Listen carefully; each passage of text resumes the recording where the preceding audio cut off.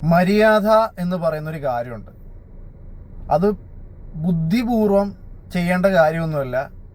Minimum common sense ആണ്. Minimum common sense, പൊതുബോധം. ഒരാൾ മരിച്ചു കിടക്കുമ്പോഴാണ് ഒരാൾ മരിച്ചു കിടക്കുമ്പോൾ അവിടെ സന്ദർശിക്കാൻ പറ്റുന്ന ആൾക്ക് ഷോൾ ഇട്ട് കൊടുക്കാൻ പോകുന്ന ഒരു മരമൊണ്ണ എന്നേ പറയാൻ പറ്റുള്ളൂ. സാഹചര്യം മനസ്സിലാക്കാതെ പൊട്ടനാണ് അവൻ.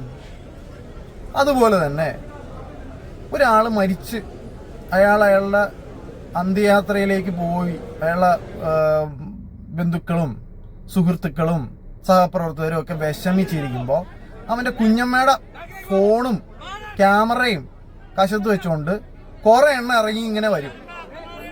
ഒരു മര്യാദ എന്ന് പറയുന്ന സംഭവമില്ല.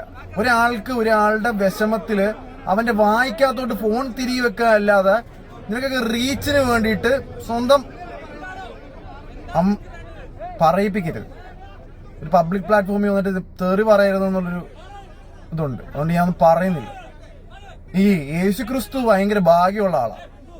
ഇപ്പോഴാണ് മരിച്ചതെങ്കിൽ ഗാഗുൽത്താ മലയിൽ ഫോണും പിടിച്ചുകൊണ്ട് അങ്ങേര് മരിക്കുമ്പോഴും മറ്റേ പടയാളി മറ്റേ നെഞ്ചത്ത് കുന്തം വെച്ച് കുത്തുമ്പോഴും മറിയത്തിന്റെ കരച്ചിലും നെഞ്ചത്തടിക്കുന്ന സ്ത്രീകളുടെ രോധനവും എല്ലാം ഇങ്ങനെ ഒപ്പി എടുത്താണ്. യേശുക്രിസ്തുവിന് ഭാഗ്യമുണ്ട്. അതും പോരാത്തതിന് 3 ദിവസം കഴിയുമ്പോൾ വേറൊരു ഇവന്റ് ഉണ്ട്. ഇതിപ്പോ ഉയർത്തെഴുന്നേറ്റ് അങ്ങ് പോവുമല്ലോ, അതും പിടിക്കാനായിട്ട് കശത്ത് ഫോണും പിടിച്ച് അവനെ അവിടെ കാത്തു കെട്ടി കുത്തിയിരിക്കും. യേശുക്രിസ്തുവിന് ഭാഗ്യമുണ്ട് ഈ കാലഘട്ടത്തിൽ വന്ന് ജനിക്കാത്ത. പൊന്നോ, ഇവന്മാരെ പോലെ ഇത്ര ശവന്തീനി പട്ടികളെന്ന് ഞാൻ പറയത്തുള്ളൂ. ശവന്തീനി പട്ടികൾ. ഒരു മര്യാദ ഇല്ലാത്ത, ഒരു സാഹചര്യം മനസ്സിലാക്കാത്ത, ഒരു പൊതുബോധം ഇല്ലാത്ത ഇവനെയൊന്നും മനുഷ്യന്ന് കൂട്ടത്തിൽ പറയാൻ കൊള്ളത്തില്ല. പൊട്ടന്മാരാണ് പൊട്ടന്മാര്. ബോധമില്ല നിനക്കൊന്നും. ബോധം എന്നൊരു സാധനം ഉണ്ടാ?